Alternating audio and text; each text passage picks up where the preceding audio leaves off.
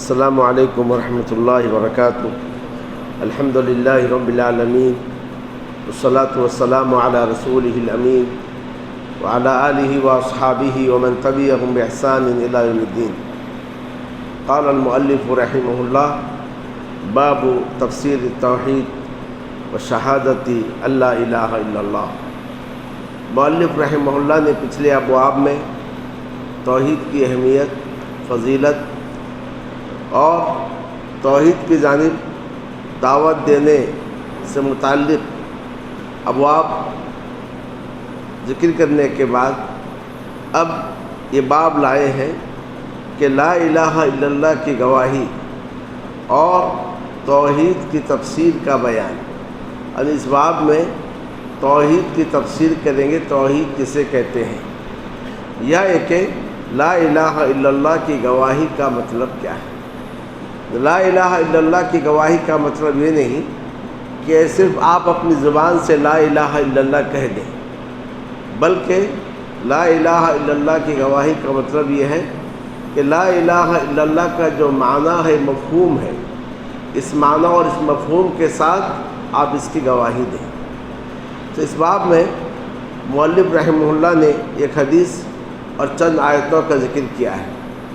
ان آیات اور حدیث کے ذریعے مؤلف رحمہ اللہ نے اس بات کو ثابت کیا ہے کہ لا الہ الا اللہ یعنی توحید کا مفہوم یہ ہے کہ اللہ عز و جل کے معبود برحق ہونے کا اقرار کیا جائے، اور اسی کے ساتھ اللہ عز و جل کے سوا جو معبود اس دنیا میں پائے جاتے ہیں ان کے باطل ہونے کا بھی عقیدہ رکھا جائے۔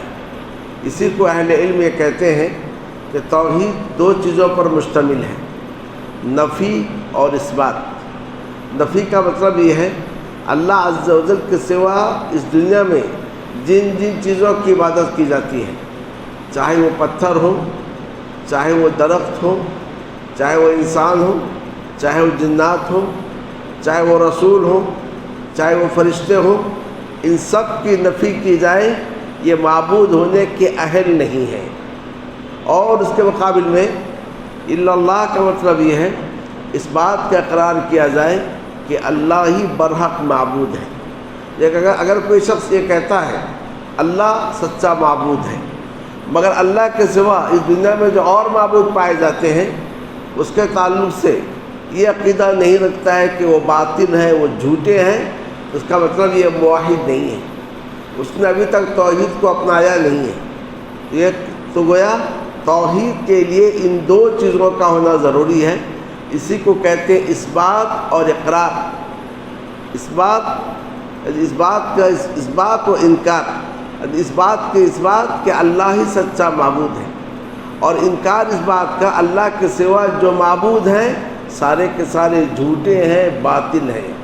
یا نفی و اس بات کا انکار اللہ کے سوا جو معبود ہیں وہ جھوٹے ہیں، اور یہ ہے دوسری بات یہ ہے کہ اس بات یہ ہے کہ اللہ عز و جل ہی سچا معبود ہے، کیونکہ اس دنیا میں اللہ کے سوا بہت سارے معبود ہیں۔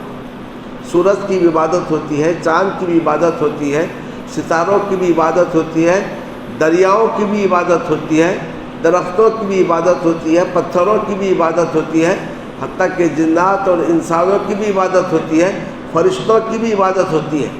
معبود بہت سارے ہیں، لیکن ان سارے معبودوں میں سچا معبود اللہ ہے، اور باقی جن کی عبادت کی جاتی ہے وہ سب جھوٹے ہیں، وہ سب باطل ہیں۔ جب تک ان دونوں باتوں کا اقرار نہیں کیا جائے، ان دونوں باتوں پر یہ اعتقاد نہ رکھا جائے تو توحید پوری نہیں ہے، بلکہ توحید ہو ہی نہیں سکتی ہے۔ اس سلسلے میں مؤلف رحمہ اللہ نے سب سے پہلے جس آیت کا ذکر کیا وہ یہ ہے: اولئک الذین یدعون یبتغون الی ربہم الوسیلہ ایہم اقرب ویرجون رحمتہ ویخافون عذابہ۔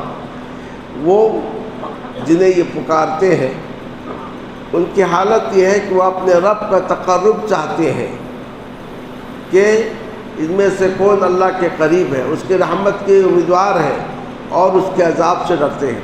اس آیت کے شان نزول یہ ہے، مشرکین مکہ چند جنات کی عبادت کرتے تھے، اب وہ جنات اسلام میں داخل ہو گئے اور انہیں نہیں پتہ کہ جن کی ہم عبادت کرتے ہیں وہ اسلام میں داخل ہو چکے ہیں۔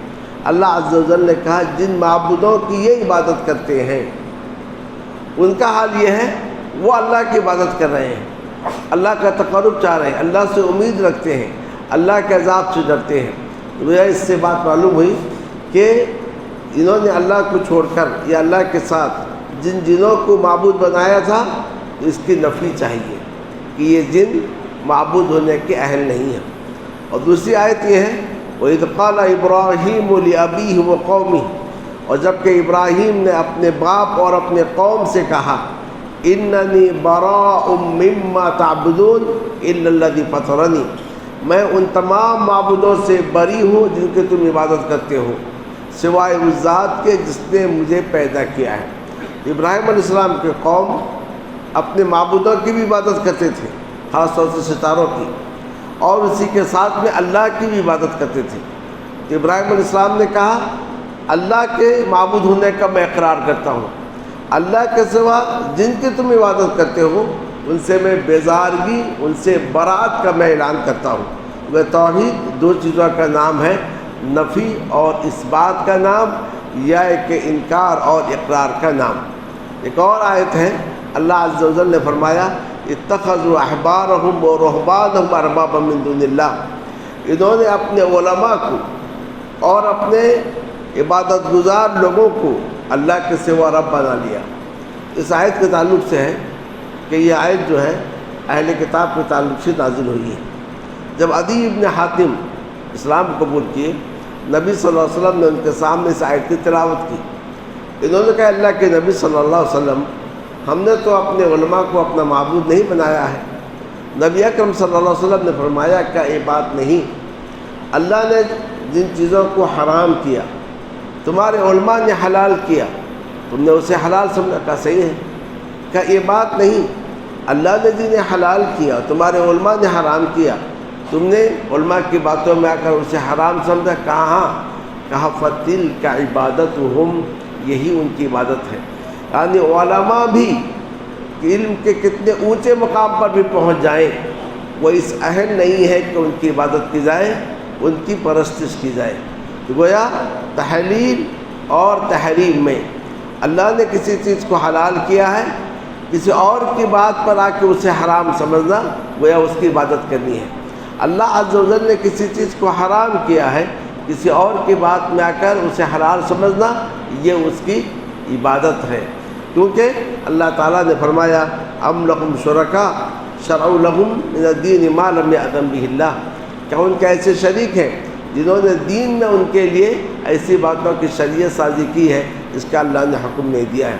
اور یہ آیت بھی ہے وَمِنَ النَّاسِ مَن يَتَّخِذُ مِن دُونِ اللَّهِ أَندَادًا يُحِبُّونَهُمْ كَحُبِّ اللَّهِ، لوگوں میں بعض ایسے ہیں جو اللہ کو چھوڑ کر اور شریک کو اپنا لیے ہیں، ان سے ایسے محبت کرتے ہیں جیسی محبت اللہ عز و جل سے کرنی چاہیے۔ تو گویا اللہ محبت کی عبادت ہے، تو گویا اللہ سے بھی محبت کرتے ہیں اور اپنے معبودوں سے بھی محبت کرتے ہیں۔ تو ہونا ہی چاہیے محبت صرف اللہ کے لیے ہو اور ان کے لیے محبت نہ ہو، چاہے وہ کوئی بھی ہو۔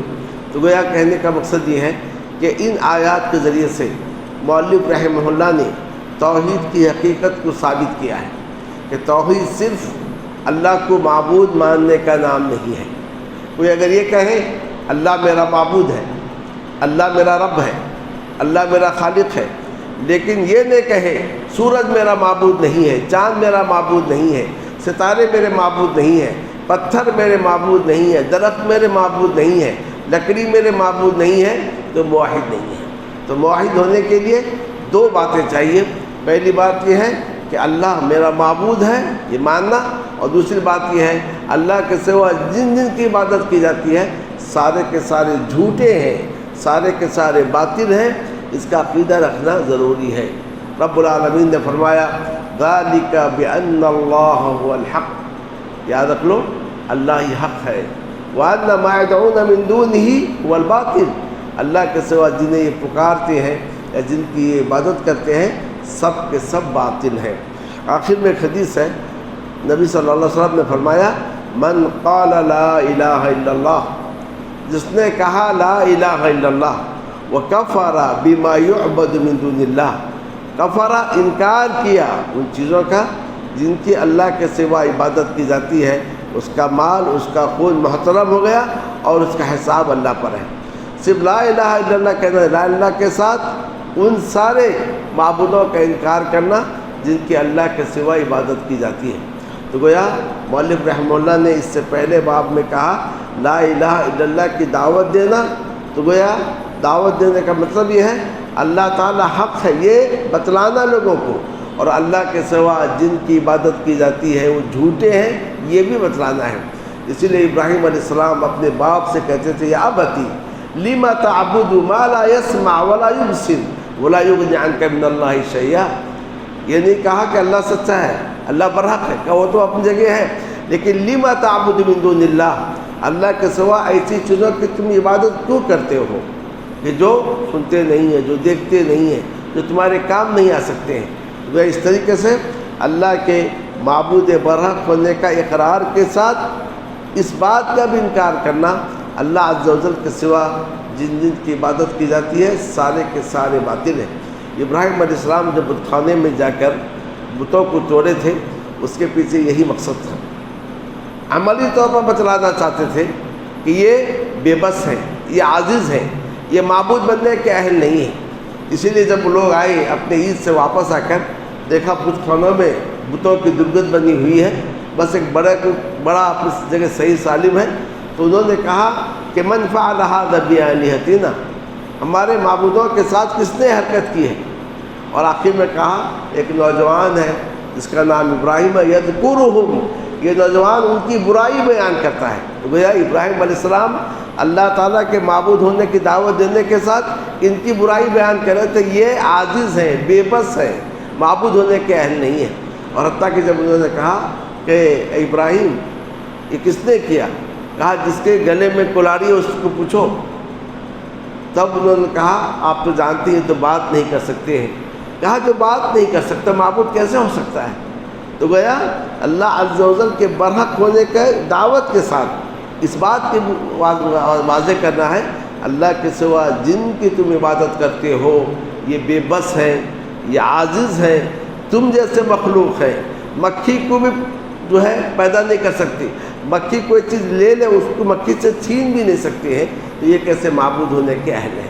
تو گویا توحید میں عام طور سے ہوتا یہ ہے لوگ اللہ عز و جل کے معبود ہونے کی دعوت تو دیتے ہیں لیکن اس بات سے منہ پھیر لیتے ہیں، اعراض کرتے ہیں اللہ کے سوا جن کی عبادت کی جاتی وہ باطل ہے، اس کا ذکر نہیں کرتے۔